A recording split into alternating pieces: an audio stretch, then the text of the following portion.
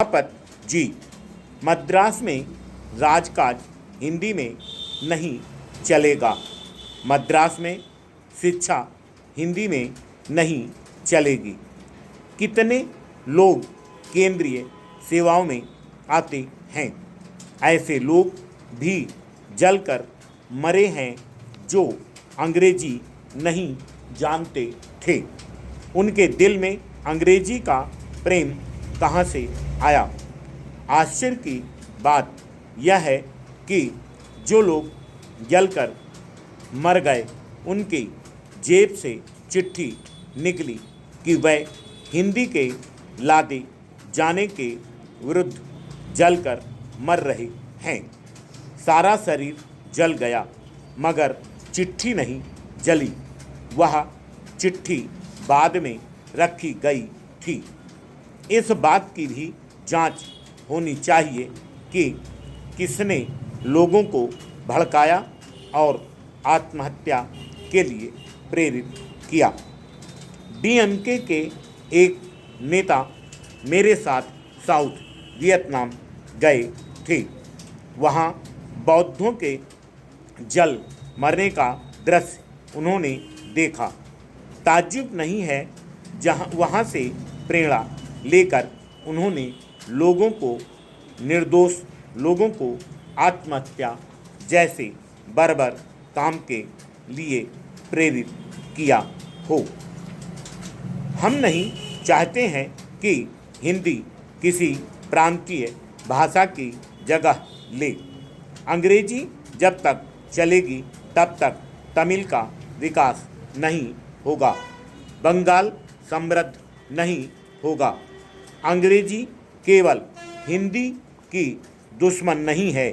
अंग्रेजी हर एक भारतीय भाषा के विकास के मार्ग में, हमारी संस्कृति की उन्नति के मार्ग में रोड़ा है। मगर ऐसा कहना ही पर्याप्त नहीं है।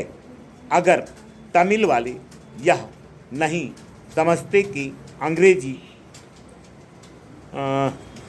चलने से उनके भाषा को योग्य स्थान नहीं मिलेगा, तो मैं उन्हें समझा नहीं सकता। मैं उनसे एक ही प्रार्थना करना चाहता हूँ कि आप अंग्रेजी चलाना चाहते हैं तो चलाइए, अनादिकाल तक अंग्रेजी चलाइए। आप अंग्रेजी भाषा के खिलाफ नहीं हैं। अंग्रेजी बड़ी समृद्ध भाषा है। लोग उसे पढ़ें, और केवल लोग अंग्रेजी ही क्यों पढ़ें, फ्रेंच पढ़ें, रशियन पढ़ें। हमारे विद्यार्थी जो इन देशों में छात्रवृत्ति लेकर जाते हैं, वे 6 महीने में उन देशों की भाषा का काम चलाऊ ज्ञान प्राप्त कर लेते हैं। लेकिन अगर वह शुरू से राजकाज, शिक्षा, दीक्षा अंग्रेजी में चलाना चाहते हैं तो चलाएं, मगर आचार्य विनोबा भावे का तीसरा सूत्र मान लें कि हिंदी प्रांतों में अंग्रेजी लादी नहीं जाएगी। एक बात इस आंदोलन से साफ हो जानी चाहिए, और मैं सरकार से कहता हूं, जो हिंदी वाले नहीं हैं उनको संतुष्ट करने के लिए जो भी कदम उठाना हो आप उठाइए, लेकिन परमात्मा के लिए हिंदी प्रांतों पर अंग्रेजी लदी रहे, इस स्थिति को छोड़ दीजिए। Full stop.